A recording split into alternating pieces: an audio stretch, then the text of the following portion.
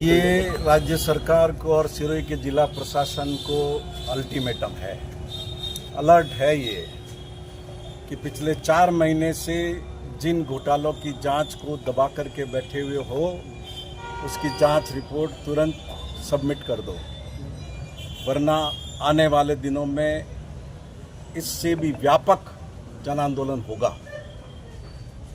तो बीजेपी दावा कर रही है कि ये जमीन राम जरोका की है ही नहीं।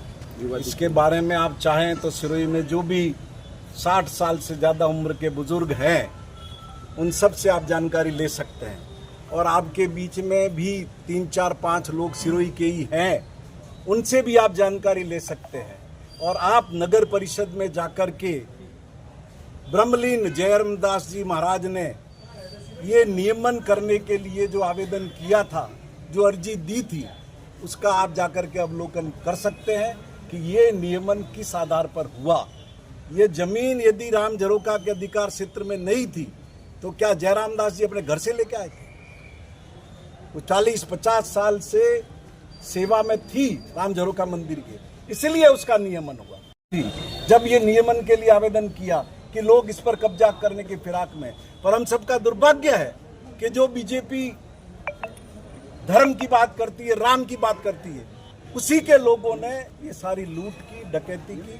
पर ये सब जाहिर है, इनके कमिश्नर आशुतोष आचार्य ने एक लाइन जांच रिपोर्ट में गलत लिख दी कि ये बाहर की प्रतीत होती है। जब गवर्नमेंट में सीएमओ में लोगों ने पढ़ा उसको, तो उन्होंने कहा कि प्रतीत होती है, क्या होता है? तब ये जांच भेजी गई है कि ये मंत्री के अधिकारी, उन सब की मिली भगत से घोटाला हुआ है और सब मिलके इसको दबा रहे हैं। पर मैं सिरोही के लोगों को ये भरोसा दिलाना चाहता हूं, चाहे किसी भी स्तर की लड़ाई लड़नी पड़े, ये धर्म संपदा वापस धर्म स्थान को सौंप के रहेंगे। सर, वो कह रहे हैं निकाय चुनाव है, इसके लिए आप कर रहे हैं, सिर्फ और सिर्फ निकाय चुनाव को टारगेट करते हैं। आप बताइए, मैं कितने महीने से ये लड़ाई लड़ रहा हूं?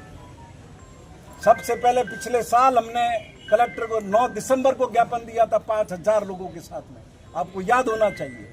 तब भी उस कलेक्टर ने, उसको अधिकार नहीं होने के बाद भी उसने जांच बिठा दी। हमने दिया मुख्यमंत्री के नाम पर ज्ञापन, जिससे राज्य सरकार की ओर से जांच आए, क्योंकि कलेक्टर को नगर पालिका के कानून में 100 मोटो किसी तरह का जांच करने का कोई अधिकार